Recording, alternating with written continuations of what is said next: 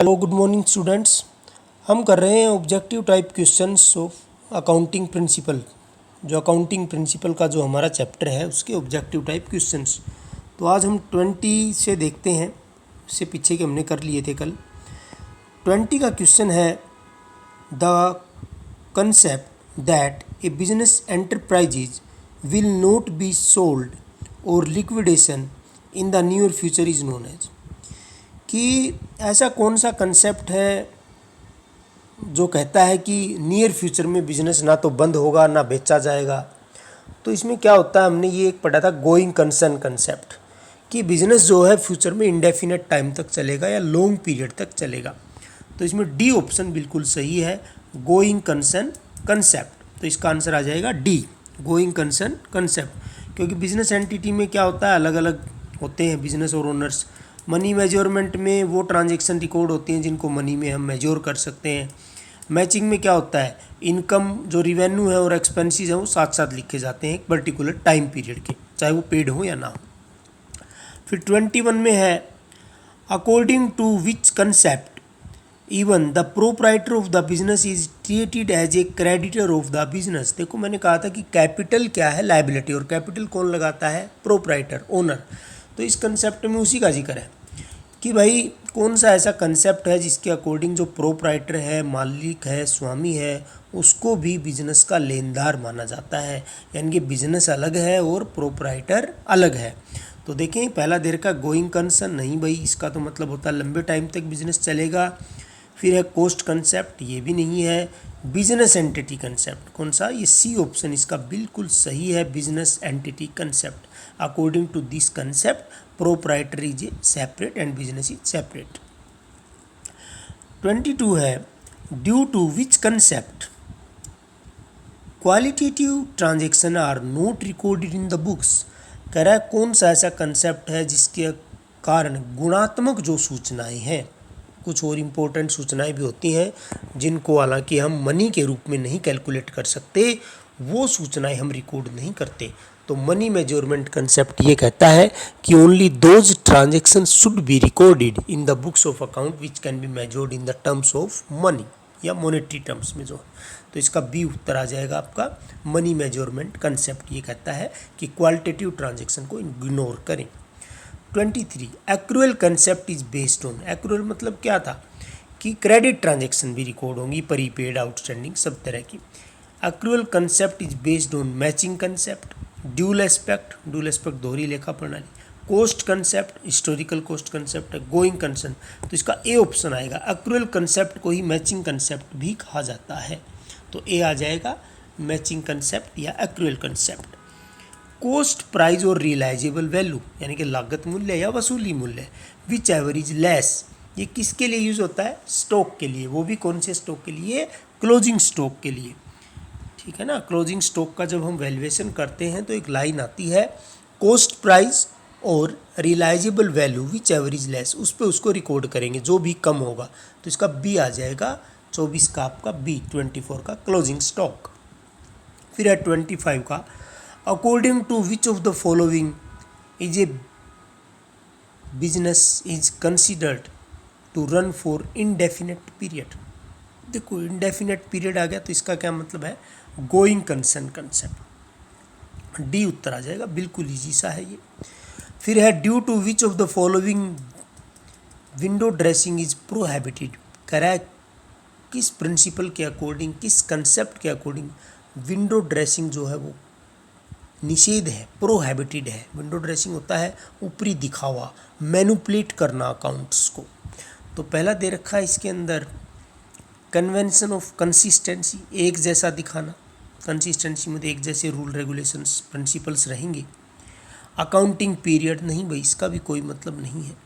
Convention of full disclosure बिल्कुल सही है, कन्वेंशन ऑफ फुल डिस्क्लोजर, इसका मतलब है कि सभी आप रिलीवेंट इन्फॉर्मेशन जो है शो करेंगे बुक्स ऑफ अकाउंट्स के अंदर, कोई भी विंडो ड्रेसिंग नहीं करेंगे, कोई सूचना छिपाएंगे नहीं। 27 है according to which concept the same accounting method should be use. बहुत इजी क्वेश्चन है, देख रहे होंगे सारे ही। कह रहा है कौन सा अकाउंटिंग कंसेप्ट है जिसमें अकाउंटिंग मेथड जो है वो सेम रहेंगे। तो प्रीडुएंस नहीं है, फुल डिस्क्लोजर नहीं है, मैटेरियलिटी नहीं है, कंसिस्टेंसी। 27 का क्या आएगा, कंसिस्टेंसी, एक रूपता, यानी कि एक जैसे मेथड जो है वो ईयर टू ईयर रहने चाहिए।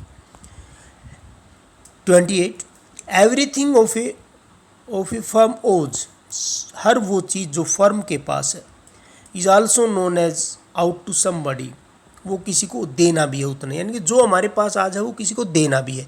जैसे कि एसेट्स इज इक्वल टू क्या है, कैपिटल, कैपिटल किसकी, ओनर की, प्लस लायबिलिटी, लायबिलिटी किसकी, आउटसाइडर की। This is explained by the, ये ड्यूल एस्पेक्ट है भाई, कौन सा है, ड्यूल एस्पेक्ट, दोहरी लेखा प्रणाली। तो इसमें ए उत्तर आ जाएगा। उसके बाद है 29 का, the dash convention states that the method of providing depreciation adopted in 1 year should be adopted each year. कह रहा है कौन सी कन्वेंशन कहती है कि एक साल जो डेप्रिसिएशन का मेथड हमने यूज़ किया वो अगले साल भी वही हो। तो एक जैसी बात कर रहा है, फुल डिस्क्लोजर नहीं आएगा, कंसिस्टेंसी, कौन सा आएगा, कंसिस्टेंसी, बिल्कुल सही है, बी ऑप्शन इसका आ जाएगा। उसके बाद है due to which of the following contingent liability are shown in the balance sheet.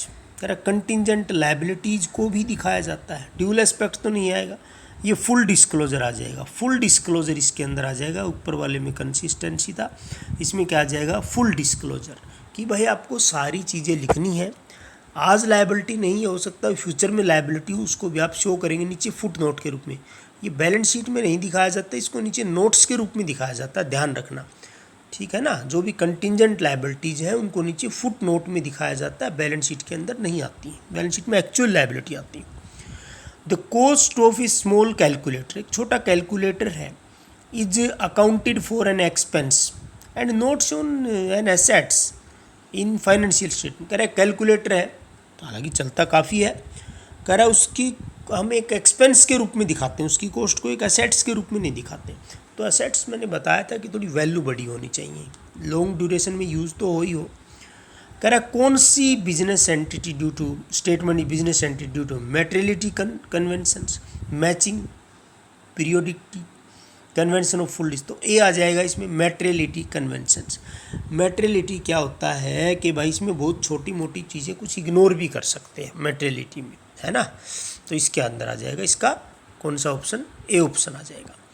उसके बाद है according to the cost concept, cost concept के अकॉर्डिंग, जिसमें हिस्टोरिकल कॉस्ट कंसेप्ट है, जिसमें असेट्स को कॉस्ट प्राइस पे दिखाते हैं। Assets are recorded at lower of cost and market, नहीं भाई, assets are recorded by estimating the market value, गलत, assets are recording at the value paid for acquiring it, C option बिल्कुल सही है इसका, सी ऑप्शन आ जाएगा कि assets को उस मूल्य पे दिखाया जाएगा जिस पे इनको खरीदा गया था, परचेज किया गया था। 33 देखें, providing depreciation on fix assets, depreciation पे हम फिक्स असेट्स लगाते हैं जो वैल्यू कम होती है हर साल, is in accordance with which of the following principle. Correct, बहुत अच्छा क्वेश्चन है, कौन सा ऐसा प्रिंसिपल है जिसके अकॉर्डिंग हम डेप्रिसिएशन लगाते हैं। पहला गोइंग कंसर्न, बिल्कुल सही है, क्योंकि असेट्स चलेगी मान लो 10 साल, तो हम उसको 10 साल में बांटते हैं असेट, तो गोइंग कंसर्न तो है ही है। मैचिंग कंसेप्ट, मैचिंग कंसेप्ट बिल्कुल ये भी है भाई, क्योंकि जिस टाइम पीरियड में आपने उस मशीन को, उस फिक्स एसेट्स को यूज किया, उसकी वैल्यू में जो कमी आई वो भी उसी साल में लिखते जाएंगे, तो ये भी सही है। उसके बाद है मैटेरियलिटी, नहीं मैटेरियलिटी नहीं है भाई, तो इसका पहला और दूसरा दोनों ठीक है, तो ए ऑप्शन इसका बिल्कुल ठीक है, ये दोनों ठीक है। उसके बाद है 34, the owner of the firm record his medical expense in the firms income statement में। कह रहा है ओनर ने अपने मेडिकल एक्सपेंस फर्म की इनकम स्टेटमेंट में दिखा दिए। कह रहा है कौन सा प्रिंसिपल वोलेटेड हो रहा है, तो हम पढ़ चुके हैं कि एक सेपरेट एंटिटी या बिजनेस एंटिटी कंसेप्ट है जिसमें ओनर अलग है, बिजनेस अलग है। तो पहला दे रखा कॉस्ट कंसेप्ट, नहीं भाई बिल्कुल नहीं आएगा, प्रीड्यूएंस भी नहीं है, एंटिटी कंसेप्ट आएगा, डी इसका बिल्कुल सही है। Entity concept, sorry. 35 देखें, MS furniture limited has invested ₹10,000 sorry in the share of Reliance Industry Limited एक फर्नीचर वाले ने 10,000 रुपये के शेयर्स खरीदे हैं। करंट मार्केट प्राइस है कह रहा है 10,500 और अकाउंटेंट कह रहा है कि 10,500 से दिखाना चाह रहा है जी इन्वेस्टमेंट। तो वो विच अकाउंटिंग कन्वेंशन कह रहा है रिस्ट्रिक्ट, उसको रोक रही है ऐसा करने से। देखिए 10,000 रुपये के शेयर खरीदे, आज मार्केट वैल्यू 10,500 की है, तो वो अकाउंटेंट चाहता है कि मैं 10,500 से इन्वेस्टमेंट को रिकॉर्ड करूं, लेकिन कह रहा है कौन सी कन्वेंशन है, कौन सा प्रिंसिपल है जो मना करता है। तो हम पढ़ चुके हैं, एक फुल डिस्क्लोजर पहला है, फुल डिस्क्लोजर नहीं भाई, कंसिस्टेंसी, कंजर्वेटिज्म, सी ऑप्शन बिल्कुल सही है, सी आ जाए। लॉस को लॉस मानते हैं, बढ़ा हुआ नहीं दिखाते हम।